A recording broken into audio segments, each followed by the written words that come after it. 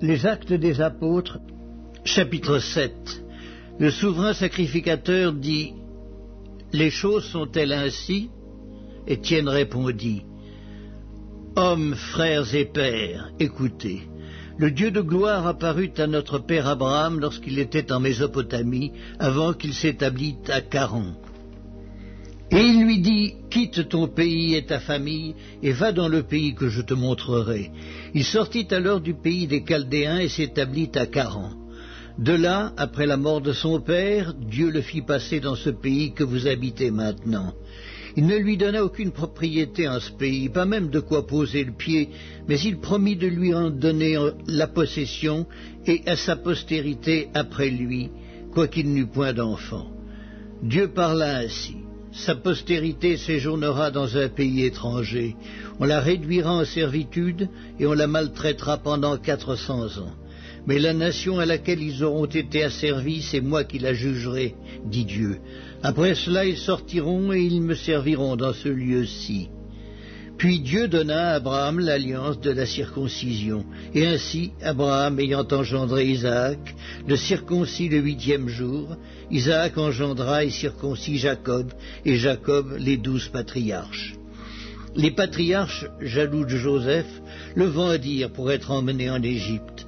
Mais Dieu fut avec lui, et il le délivra de toutes ses tribulations.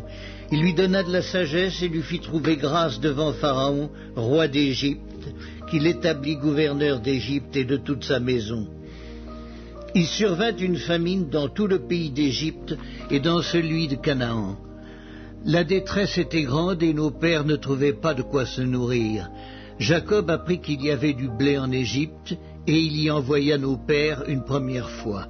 Et la seconde fois, Joseph fut reconnu par ses frères, et Pharaon sut de quelle famille il était. Puis Joseph envoya chercher son père Jacob et toute sa famille, composée de 75 personnes. Jacob descendit en Égypte où il mourut, ainsi que nos pères. Et ils furent transportés à Sichem et déposés dans le sépulcre qu'Abraham avait acheté à prix d'argent des fils des morts, père de Sichem. Le temps approchait où devait s'accomplir la promesse que Dieu avait faite à Abraham, et le peuple s'accrut et se multiplia en Égypte, jusqu'à ce que parut un autre roi qui n'avait pas connu Joseph. Ce roi, usant d'artifice contre notre race, maltraita nos pères au point de leur faire exposer leurs enfants pour qu'ils ne vécussent pas. À cette époque, naquit Moïse, qui était beau aux yeux de Dieu. Il fut nourri 3 mois dans la maison de son père, et quand il eut été exposé, la fille de Pharaon le recueillit et l'éleva comme son fils. Moïse fut instruit dans toute la sagesse des Égyptiens, et il était puissant en parole et en œuvre. Il avait 40 ans lorsqu'il lui vint dans le cœur de visiter ses frères, les fils d'Israël. Il en vit un qu'on outrageait, et prenant sa défense, il vengea celui qui était maltraité et frappa l'Égyptien. Il pensait que ses frères comprendraient que Dieu leur accordait la délivrance par sa main, mais ils ne comprirent pas. Le jour suivant, il parut au milieu d'eux comme ils se battaient, et il les exhorta à la paix. « Hommes, dit-il, vous êtes frères, pourquoi vous maltraitez-vous l'un l'autre ?» Mais celui qui maltraitait son prochain le repoussa en disant « Qui t'a établi chef et juge sur nous? Veux-tu me tuer comme tu as tué hier l'Égyptien ?» À cette parole, Moïse prit la fuite, et il alla séjourner dans le pays de Madian, où il engendra 2 fils. 40 ans plus tard, un ange lui apparut au désert de la montagne de Sinaï, dans la flamme d'un buisson en feu. Moïse, voyant cela, fut étonné de cette apparition, et comme il s'approchait pour examiner, la voix du Seigneur se fit entendre. « Je suis le Dieu de tes pères, le Dieu d'Abraham, d'Isaac et de Jacob. » Et Moïse, tout tremblant, n'osait regarder.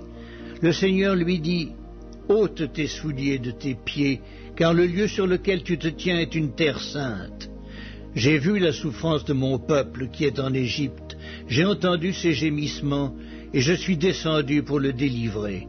Maintenant, va, je t'enverrai en Égypte. » Ce Moïse qu'ils avaient renié en disant « Qui t'a établi chef et juge », c'est lui que Dieu envoya comme chef et comme libérateur avec l'aide de l'ange qui lui était apparu dans le buisson.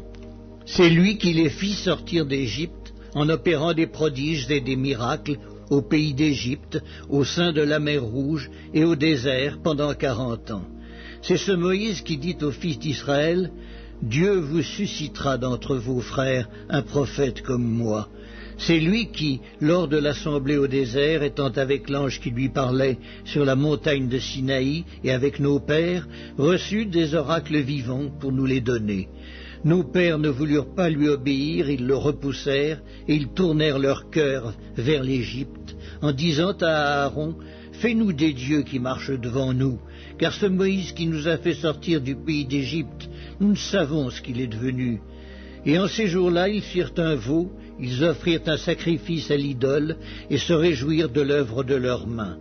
Alors Dieu se détourna et les livra au culte de l'armée du ciel, selon qu'il est écrit dans le livre des prophètes, « M'avez-vous offert des victimes et des sacrifices pendant 40 ans au désert, maison d'Israël?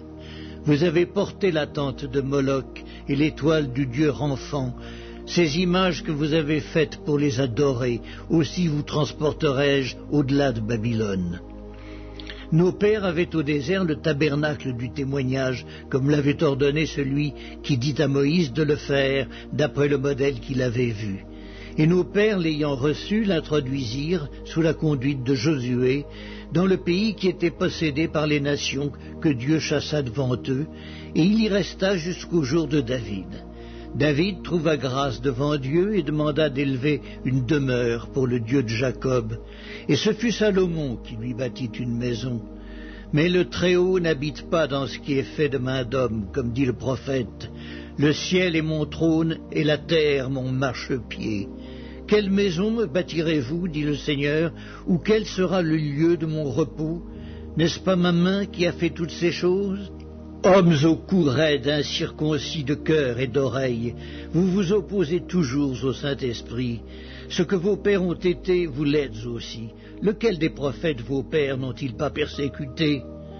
Ils ont tué ceux qui annonçaient d'avance la venue du juste, que vous avez livré maintenant et dont vous avez été les meurtriers, vous qui avez reçu la loi d'après des commandements d'anges et qui ne l'avez point gardée.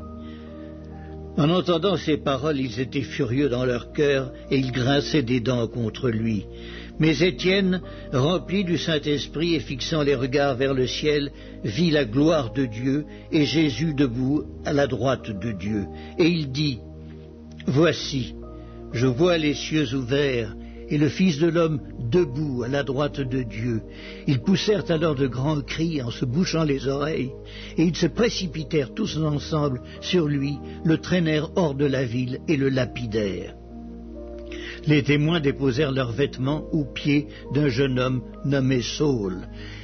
Et ils lapidaient Étienne qui priait et disait « Seigneur Jésus, reçois mon esprit. » Puis, s'étant mis à genoux, il s'écria d'une voix forte « Seigneur, ne leur impute pas ce péché. » Et après ces paroles, il s'endormit.